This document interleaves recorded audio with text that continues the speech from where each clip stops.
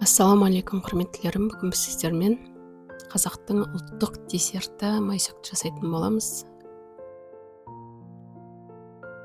Осылай ыдысқа майсөгімді салып мен дайындап алдым. 500 грамм жақсылап кірін жуып, жақсылап қайта жумасаңыздар қап-қара кір шығады. Одан тұзымды салып, ыстық суды құйып, жақсылап араластырып, бетін жауып қойып қойдым. Осылай жылы күйінде орап қойып, бір 40 минут күтсеңіздер, осылай болып сөктеріңіз пісіп шығады уже.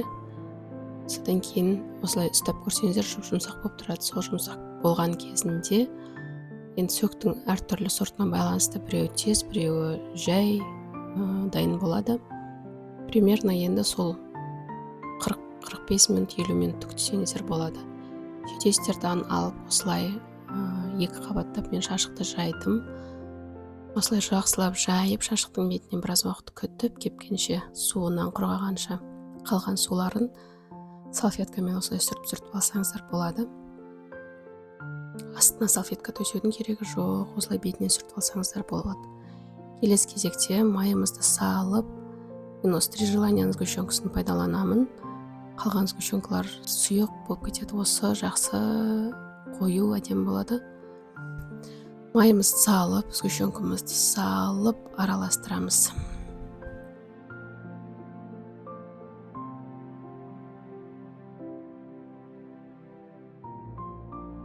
Майымыз бөлме температурасында, жұмсақ, менікі кішкене қаттылау болды.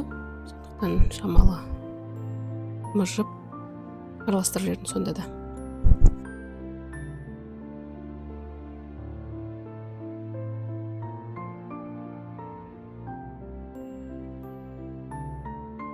Осылай жақсылап араластырып аламыз. Енді біреулерге қатты тәттірек ұнайды, біреулерге онша тәтті емес ұнайды. Сондықтан да өзіңіздің вкусыңызға қарай қоса берсеңіз болады. Мен 300 грамм сгущенка қостым.